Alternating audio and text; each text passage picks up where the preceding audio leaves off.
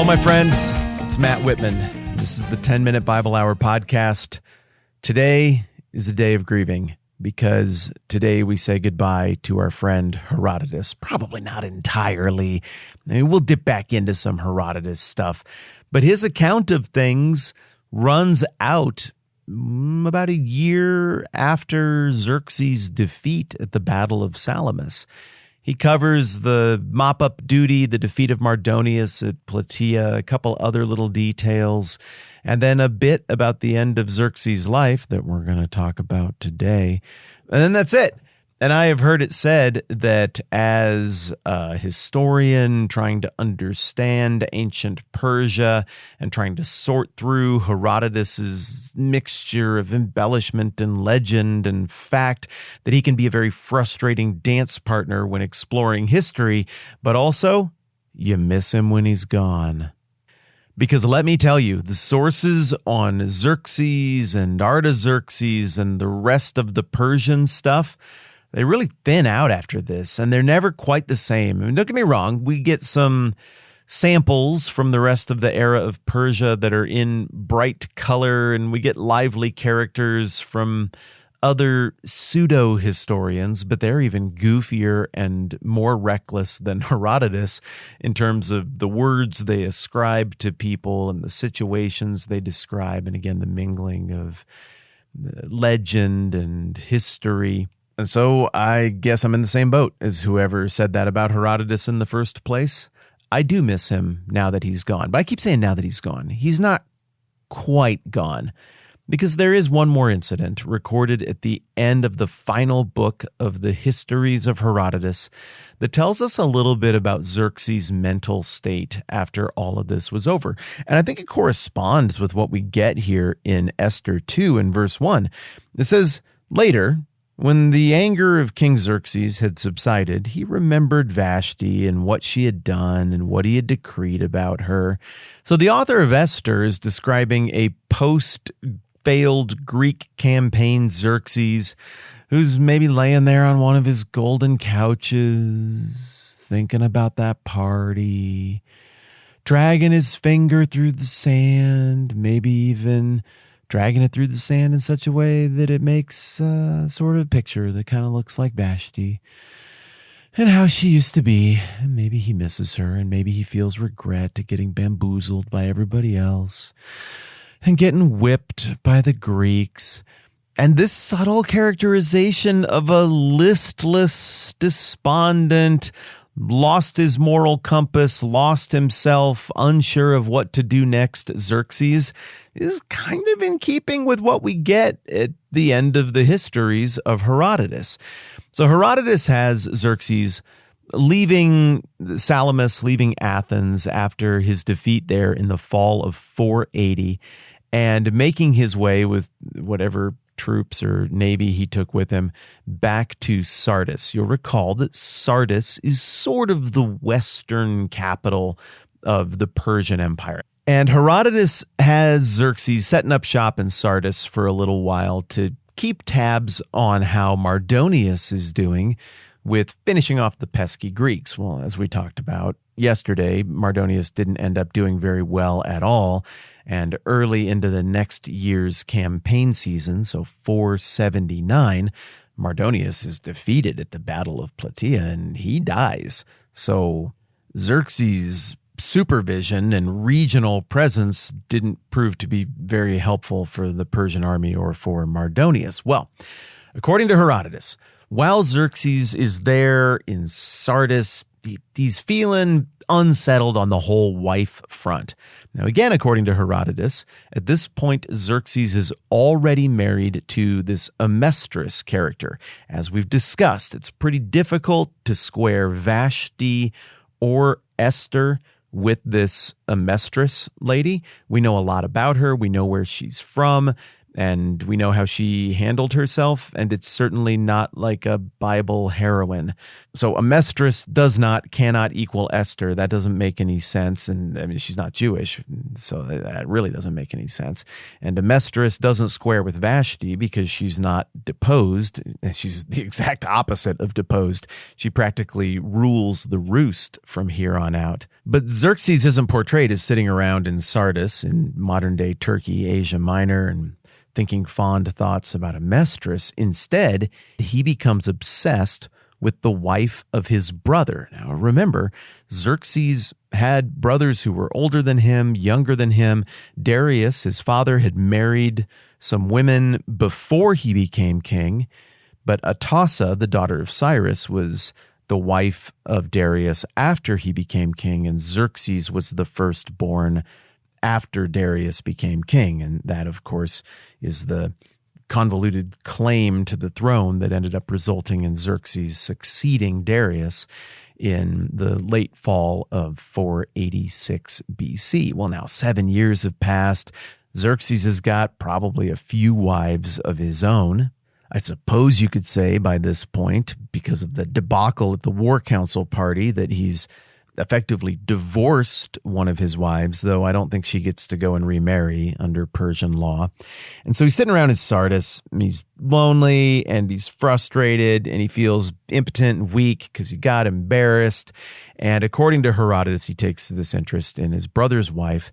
So it looks like this is setting up to be a Herod family from the New Testament, incest disaster kind of situation. Remember, John the Baptist called out an arrangement like this within the Herod family, and that ultimately is what landed his head on a platter at yet another one of these lavish banquets where insane things happen in the Bible. But in this situation, it doesn't work out that way. His sister-in-law, weird, I mean, that's who it is. It really is his sister-in-law. His sister-in-law rebuffs his messages and his ovations. She's like, no, I like my husband, and I can read between the lines here. I know what's going to happen to my husband if this thing goes down between us. So no, I know you're the king of everything. You can do whatever you want, but I will pass. Xerxes is frustrated, and then he's like, well, maybe I could get to her through her daughter. So he proposes a marriage between one of his own sons, Darius's sons, one of the princes, and Xerxes' niece, the daughter of this couple who are prominent in Sardis. Well, according to Herodotus, the whole entourage makes their way back towards Susa. We're still in 479 here. And somewhere in all of that, Xerxes quits being interested for the time being in his sister-in-law and now becomes interested in his daughter-in-law. His daughter-in-law, almost certainly because of the political pressure that Xerxes could exert on a young lady like that, the daughter-in-law goes for it. So now it's getting weird. She's with Xerxes, and it's as strange a relationship as you would expect, with Xerxes bestowing gifts upon her. And at Xerxes' birthday party that year, here we go again with the party and the banquet thing, everybody's getting liquored up and real excited about stuff, and kings, as they are wont to do, make big promises at those parties. Again, there's echoes of this in the account of Herod's banquet that results in John the Baptist's death. He's like, well, that was a great dance. What do you want? Up to half my kingdom. I mean, what Herod was channeling there in that New Testament moment is a tradition that goes back to banquets like this hundreds of years earlier in Persia. Well, Xerxes breaks out the same kind of, what do you want? Anything, I'll give it to you. And the girl makes such a dangerous request. There was this robe that Xerxes had been made, maybe like kind of a coat of many colors thing from the Joseph account, that shows the favor of his wife, Amestris. She was very talented, and she made this marvelous mantle, Herodotus calls it. And Xerxes wore it about, but he liked to wear it when he would go and have his little flings with his daughter-in-law. And the daughter-in-law came to really like the mantle and decided that a way to stick it to Xerxes' wife would be to say, the thing that I want is that mantle that your wife made you. And Xerxes is like, that's not going to be good. What if I give you an army that is fully funded and it's just at your command and you can use it for wars and stuff? And she's like, no, No, I don't really want an army. I want that particular coat right there. Well, now Xerxes has made a big boast, and in the same way Herod is over a barrel at the meal where the thing happened with John the Baptist, now he's over a barrel as well. So he gives her the mantle, tries to do it discreetly, but she's not going to be discreet about it.